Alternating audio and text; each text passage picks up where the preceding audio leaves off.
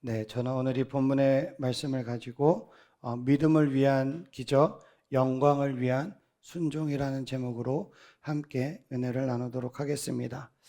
오늘 본문은 우리가 너무나도 잘 알고 있는 가나의 혼인잔치 본문입니다. 우리 인간의 역사와 술의 역사는 꽤 오랜 연관성을 가지고 있습니다. 거의 모든 신화나 설화에 술이 등장하고 역사의 중요한 사건에는 술이 빠지질 않습니다.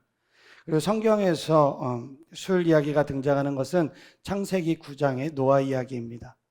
창세기 9장에는 노아가 포도주를 먹고 취해서 실수하는 장면이 묘사되어 있어요. 포도주를 이때 처음 만든 것인지 아니면 홍수 이전에 인간의 타락 가운데 이미 술이 있었는지 우리는 확실치는 않습니다. 그래서 요즘과는 달리 그 시대의 그 중동의 지역에는 포도주를 그냥 마시지 않고 물에 섞어서 마셨어요. 보통은 3대1이나 2대1 비율로 섞어 마셨습니다. 이 이유는 위생적인 측면도 있고 알코올 도수도 낮추는 그런 효과가 있었을 것입니다. 바울은 디모데에게 포도주를 쓰라고 한 적이 있는 것으로 봐서 일종의 처방도 될 수 있었던 것 같습니다. 그래서 중동 지방의 포도주란 지금 우리가 생각하는 것과는 조금 다른 개념이죠. 이 술은 일종의 문화이고 삶의 기초적인 요소라고 할 수 있을 것입니다. 그래서 결혼식에 포도주가 떨어졌다는 것은 단순히 그냥 술이 부족한 사건이 아니에요. 삶에서 꼭 필요하고 중요한 것이 없는 그런 상황을 의미하는 것입니다. 오늘 본문의 배경은 가나라는 곳입니다. 먼저 혼인잔치가 있었던 이 가나는 나사렛 북쪽에서 가까운 마을이고 갈릴리 인근 지역의 마을이었습니다. 아마도 이 결혼식은 예수님의 친척이나 동네 잔치였을 것 같습니다. 갈릴리에 살았던 이 제자들도 아는 사람의 결혼식이었는지 초대를 받아서 왔어요. 유대인들의 이 전통 결혼은 밤에 합니다.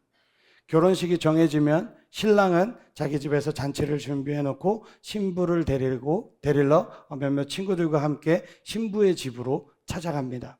이때 신부는 들러리들과 함께 신랑이 올 때를 기다리고 있는데 정확히는 언제 올지 몰라서 준비를 잘 하고 있어야 하죠.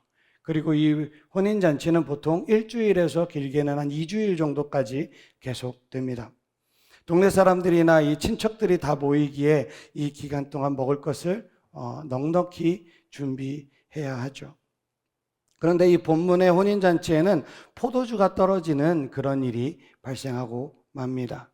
우리나라의 결혼 문화와 이렇게 비교해보면 결혼식장 뷔페에 먹을 것이 떨어져서 사람들이 먹을 것이 없다고 말하는 것과 비슷한 상황일 거예요.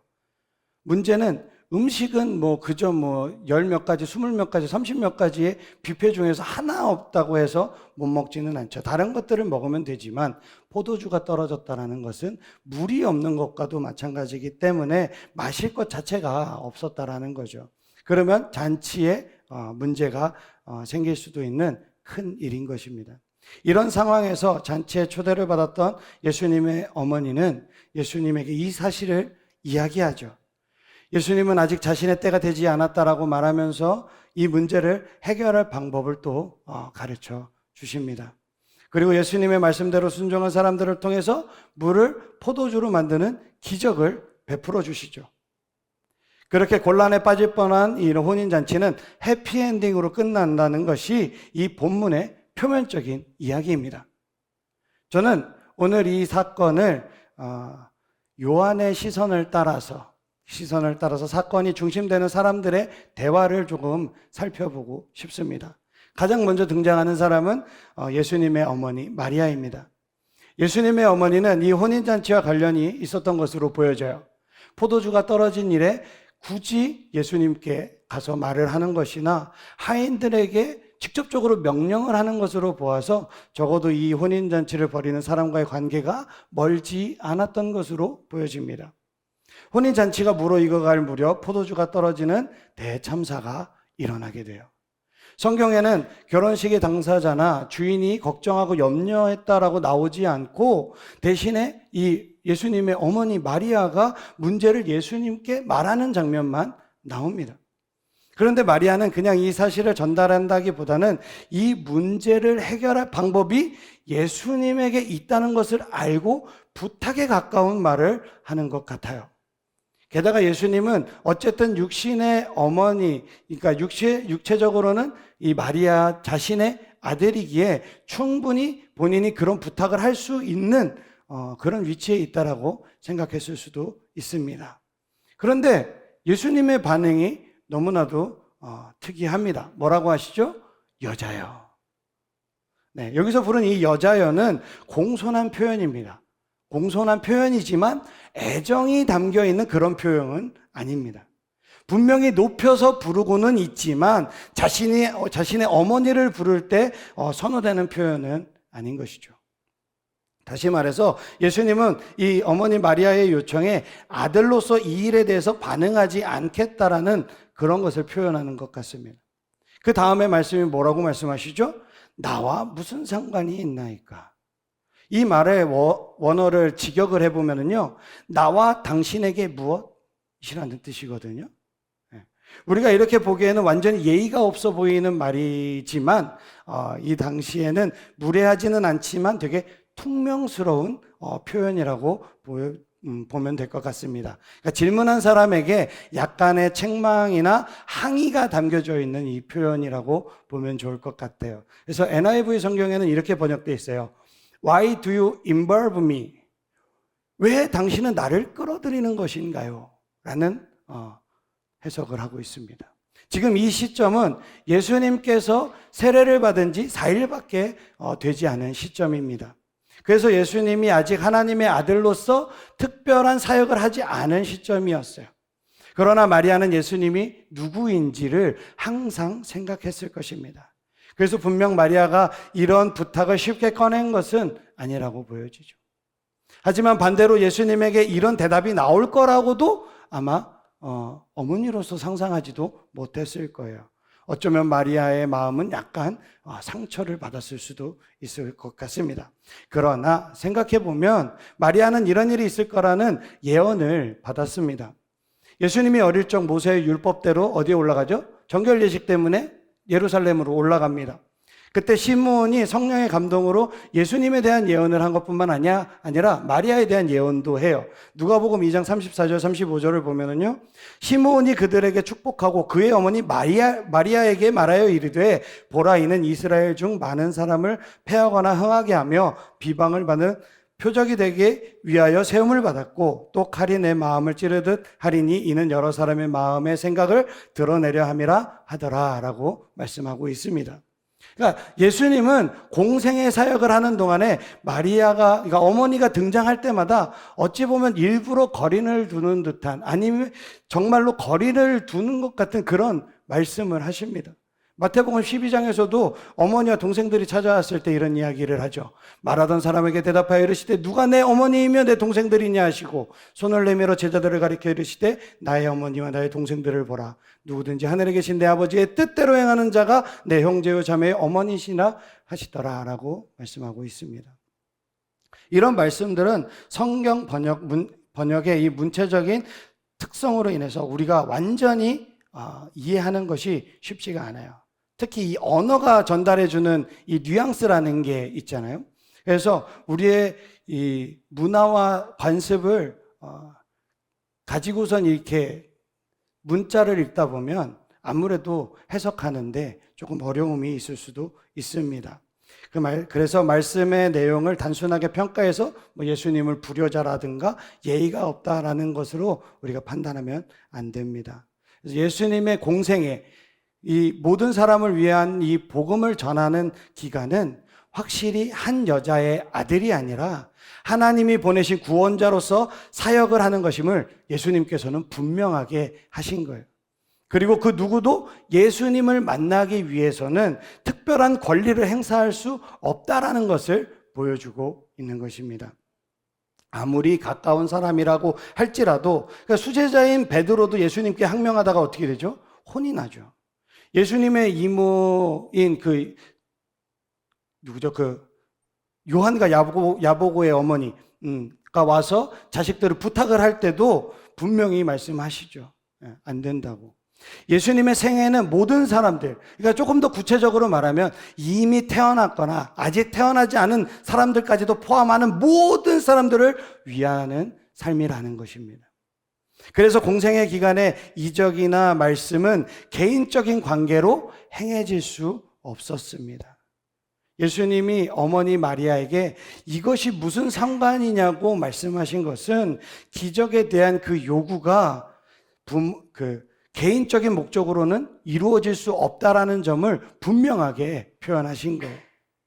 사실 우리는 부모와 자식 관계가 아니더라도 누군가와 가까워지면 특별한 권리를 자기가 갖는다라고 생각합니다. 그래서 자신과 가까운 사람이 가진 그 권리를 내가 자신이 누리는 권리처럼 생각할 때가 너무나도 많이 있어요. 그런 사람들은 잘못을 저질러도 뭐라고 이야기하죠? 야, 너 내가 누군지 알아?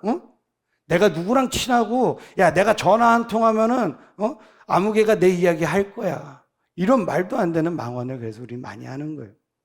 그런데 하나님 앞에서 내가 특별하니 하나님은 내 기도를 들어줘야 한다라고 하는 사람도 있을까요? 아마 있을 수도 있을 것 같아요. 성경에도 가만 보면 자신과 하나님의 관계가 특별하다고 여긴 사람이 종종 등장합니다. 그 중에 한 명이 엘리야예요. 열왕기상 19장을 보면은요, 엘리야가 갈멜산에서 아세라의 그 선지자들을 죽인 후에 이세벨이 자신을 죽이겠다라고 한 말에 광야로 들어가는 장면이 나옵니다. 그 이전에 가뭄으로 인해서 그리 시냇가로 갈 때는 하나님의 지시에 따라서 움직였어요. 근데 이번에는 자신의 생각대로 광야로 들어갑니다. 그리고 40주야를 지나서 하나님의 산 호렙에 이르러요. 거기서 하나님은 엘리야에게 이렇게 묻습니다. 네가 어찌하여 여기 있느냐라고 물어요. 그때 엘리야가 이렇게 말하죠. 열왕기상 19장 10절입니다. 그가 대답하되 내가 만군의 하나님 여호와께 열심히 유별하오니 이는 이스라엘 자손이 주의 언약을 버리고 주의 제단을 헐며 칼로 주의 선지자들을 죽였음이오며 오직 나만 남았거늘 그들이 내 생명을 찾아 빼앗으려 하나이다. 그런데 잠시 후에 하나님이 똑같은 질문을 다시 하세요. 그럴 때 엘리야도 똑같은 말을 똑같이 합니다. 14절을 보면은요, 똑같이 해요. 토시 하나 안 틀리고 똑같습니다. 그가 대답하되 내가 만군의 하나님 여호와께 열심히 유별하오니 이는 이스라엘 자손이 주의 언약을 버리고 주의 제단을 헐며 칼로 주의 선지자를 죽였음이오며 오직 나만 남았거늘 그들이 내 생명을 찾아 빼앗으려 하나이다. 아멘. 엘리야는 자신이 특별하다고 여겼습니다. 하나님 앞에 특별한 주장이나 권리가 있다고 여겼던 것 같아요. 물론 엘리야는 위대한 선지자입니다. 역사에 남을 만한 사람이었어요. 저는 지금 엘리야를 깎아내리려고 하는 것이 아닙니다. 그런데 하나님은 엘리야에게 이렇게 이야기하시죠. 15절에서 18절을 함께 읽어보겠습니다. 여호와께서 그에게 이르시되 너는 내 길을 돌이켜 광야를 통하여 다메섹에 가서 이르거든 하사엘에게 기름을 부어 아람의 왕이 되게 하고 너는 또 님시 아들 예후에게 기름을 부어 이스라엘의 왕이 되게 하고 또 아멜무홀라 사밧의 아들 엘리사에게 기름을 부어 너를 대신하여 선지자가 되게 하라. 하사엘의 칼을 피하는 자를 예후가 죽일 것이요 예후의 칼을 피하는 자를 엘리사가 죽이리라. 그러나 내가 이스라엘 가운데 7,000명을 남기리니 다 바알에게 무릎을 꿇지 아니하고 다 바알에게 입맞추지 아니한 자니라. 아멘. 저는 이 말씀을 보면서 이 마지막 말씀에 너만 남았다고 생각하는 것은 너의 착각이다라고 말씀하는 것 같았습니다. 엘리야는 자신만 있다고, 자신만 남았다고 이야기하지만 하나님은 이스라엘 가운데 몇 명이요? 7천을 남겼다라고 말씀하고 있습니다. 그리고 자신이 특별하다고 말하는 이 엘리야에게 하나님은 엘리사가 이제 앞으로 너를 대신할 선지자가 될 것이라고 말씀하시죠. 엘리야의 사명은 여기서 끝이 납니다. 이 말씀 이후에 엘리야는 하나님의 말씀대로 엘리사를 만나서 어떻게 하죠? 제자를 삼습니다. 그러나 아합이 나봇의 포도원을 빼앗고 이세벨이 나봇을 죽일 때도 엘리야는 특별한 일을 하지 않아요. 아합이 죽게 되는 전쟁에 나가는 그 일에도 이전에 이름도 등장하지 않았던 갑자기 미가야 선지자라는 사람이 나타나서 그 일을 이야기할 뿐 엘리야는 나오지 않습니다. 엘리사를 만난 이후 엘리야가 한 마지막 일은 유다 왕 여호사밧의 죽음에 대해서 하나님의 말씀을 전한 열왕기하 1장이 전부였습니다. 하나님이 특별히 어떠한 사람을 두고 쓰시지만 누구든지 자신을 특별한 사람이라고 스스로 생각하는 것은 별로 바람직하지 않은 것 같습니다. 예를 들어서 어떤 사람이 하나님의 특별한 은혜로 많은 일을 했어도 그에게 무슨 특별한 권리가 주어지는 것은 아닙니다. 그런 특별한 은혜를 받은 사람은 마치 그냥 왕이 타고 가는 이 말과 같은 역할을 하는 것뿐입니다.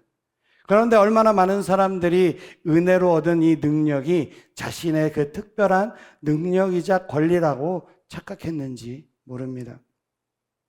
그러다가 어떻게 되죠? 이단도 되는 거고 어리석은 일을 범해서 교회나 사회 속에서 하나님의 영광을 가리게 되는 것입니다. 한국 교회 성장에 그런 사람들이 정말 많이 있었죠.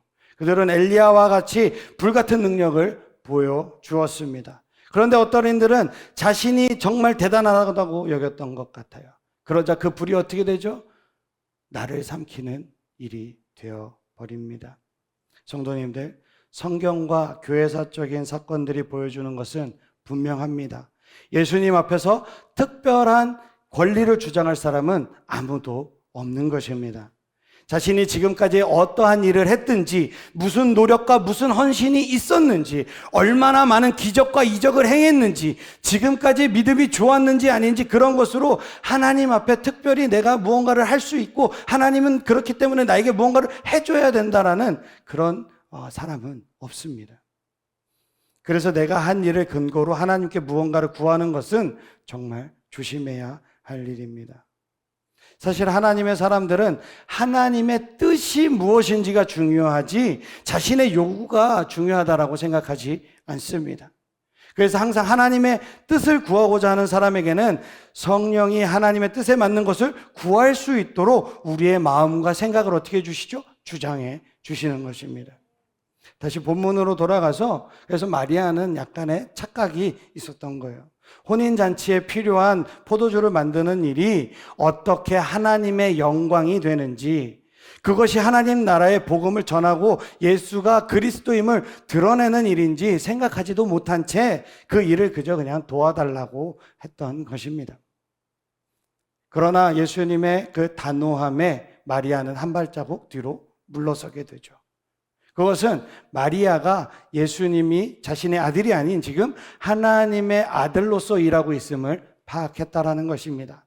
그리고 겸손함으로 무엇이든 순종하며 인내하겠다라는 자세를 보이는 것이죠.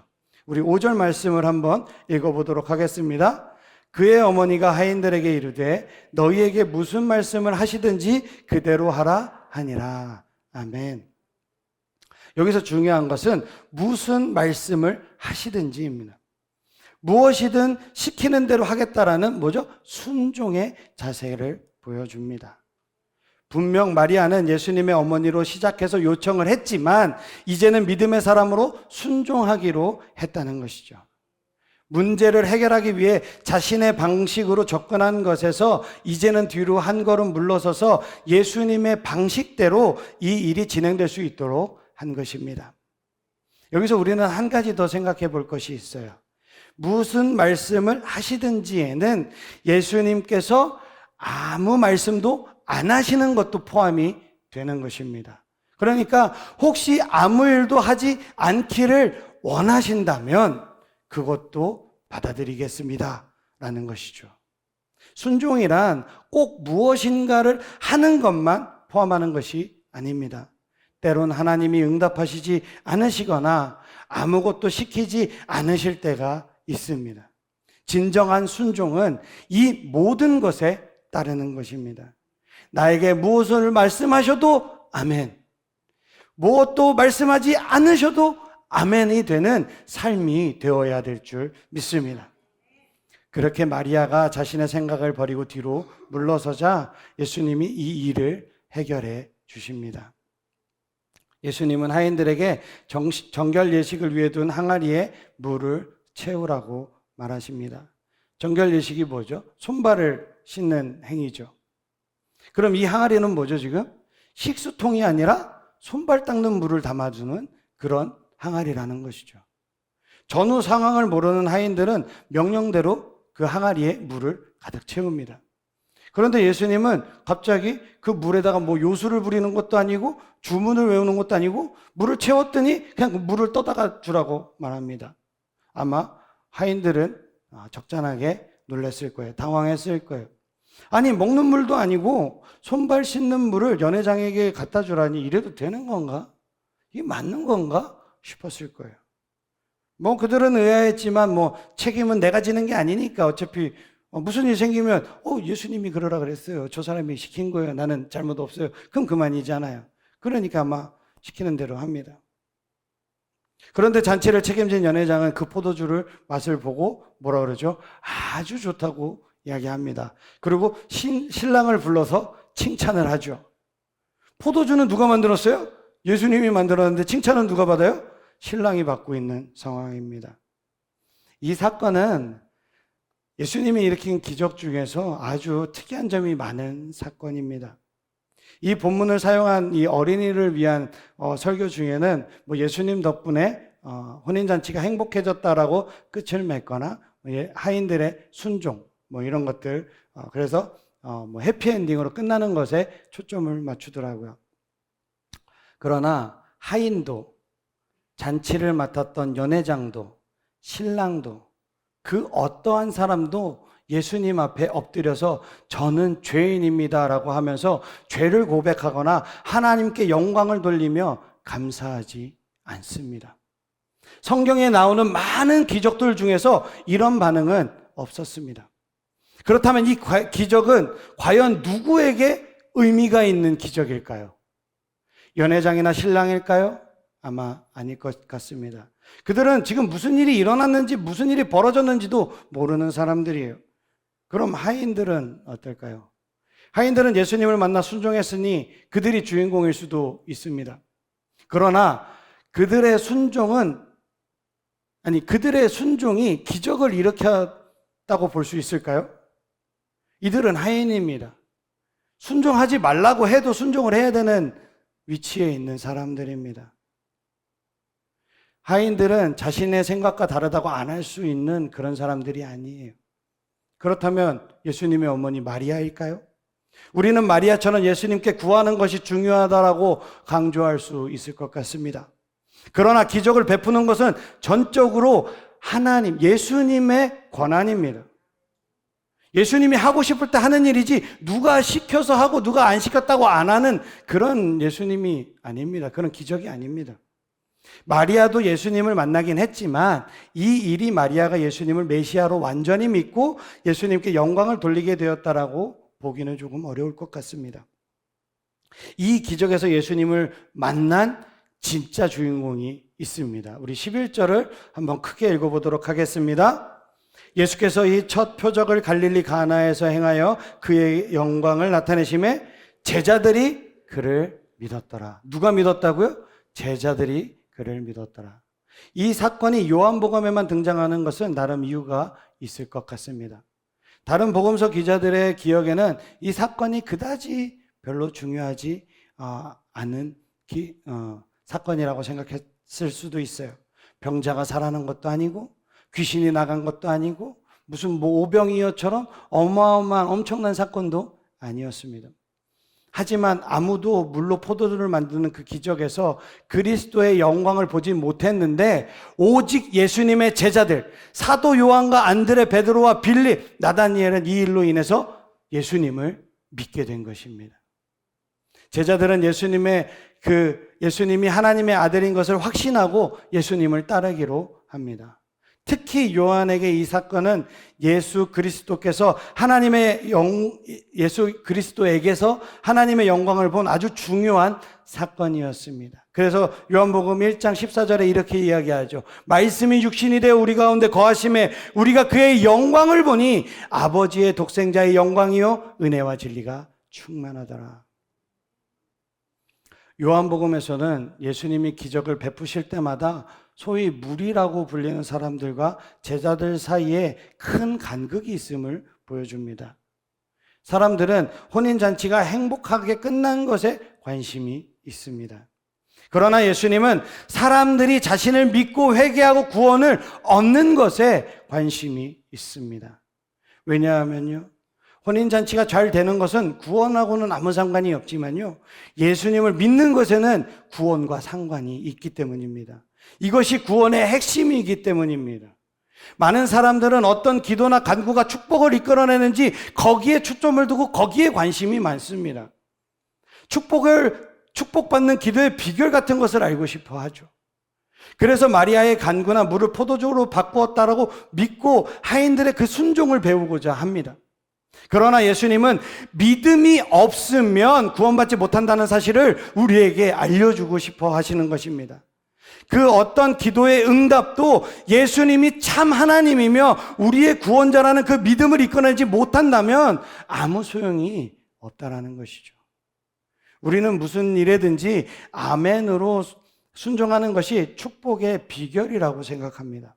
그러나 예수님은 아멘으로 예수님을 믿는 것이 구원의 비결이라고 말해주고 싶으신 것입니다. 순종은 축복의 비법이 아니라 믿음을 가진 자들의 태도인 것입니다. 내가 순종했더니 하나님께서 축복을 주셨더라가 아니라 내가 하나님을 믿고 구원을 받은 하나님의 자녀이기 때문에 자연스럽게 순종하는 것이고 자연스럽게 하나님께서 우리에게 축복을 허락하시는 것입니다. 순서가 다른 것입니다. 믿지 않고 순종해도 혹시 기적을 볼 수 있을지는 몰라요. 하지만 그것이 예수님이 우리에게 요구하시는 본질은 아닙니다. 예수님은 어떤 기도에 응답하시거나 어떤 순종의 기적을 베푸시는 것을 오직 한 가지 때문입니다. 바로 예수님의 영광을 보고 예수님을 믿어 구원받는 것이죠. 사랑하는 성도님들, 우리가 예수님의 제자라면 우리의 관심은 축복이나 내 문제의 해결이 아니라 하나님의 영광이 되어야 될 줄 믿습니다. 예수를 믿는 그 믿음이 되어야 하는 줄 믿습니다. 어쩌면 우리의 삶은 포도주가 떨어진 이 혼인잔치와 같을지도 모르겠습니다. 좋은 일이 있는데 뭔가 중요한 것이 빠져서 엉망이 되어버릴 듯한 상황일 수 있습니다. 그럴 때 우리는 예수님이 우리의 문제를 해결해 주시기를 구하고 또 때로는 주님이 우리의 문제를 해결해 주시는 경험을 하게 돼요. 그런데 혹시 우리의 삶에서 역사하시는 그 예수님의 영광을 본 기억이 있으신가요? 그 일 때문에 주님에 대한 믿음이 확실해지신 적이 있으신가요? 아니면 혹시 그냥 어디서 난지 모르지만 그래도 그냥 맛 좋은 포도주에 취해서 그냥 잊어버리고 넘어가게 되었나요? 우리 하늘사랑의 교회 모든 성도님들은 축복이나 응답에만 매달려 문제 해결에 급급하지 않기를 바랍니다. 하나님은 반드시 우리를 축복하신다고 말씀하셨습니다. 그런데 그 축복은 그저 우리가 잘 먹고 잘 살고 내 안위를 위한 축복이 아니라 축복의 진정한 비결은 오직 예수님을 바라보고 그분의 영광을 구하는 데 있음을 기억하는 저와 사랑하는 성도님들이 되시기를 주님의 이름으로 축복합니다. 그래서 우리가 받은 그 축복에 취해서 그저 출처를 잊어버린 그런 사람들이 되지 않기를 주님의 이름으로 축복합니다. 오직 예수님의 영광을 바라보며 그 영광 안에서 믿음이 더욱 굳건해지고 그 안에 거할 때 참된 축복이 임하게 될 줄 믿습니다. 믿음으로 구원에 이르고 예수 그리스도의 영광을 통해 진정한 축복과 믿음의 확신을 얻는 저와 우리 사랑하는 하늘사랑의 교회 모든 성도님들이 되시기를 주님의 이름으로 축복합니다. 아멘.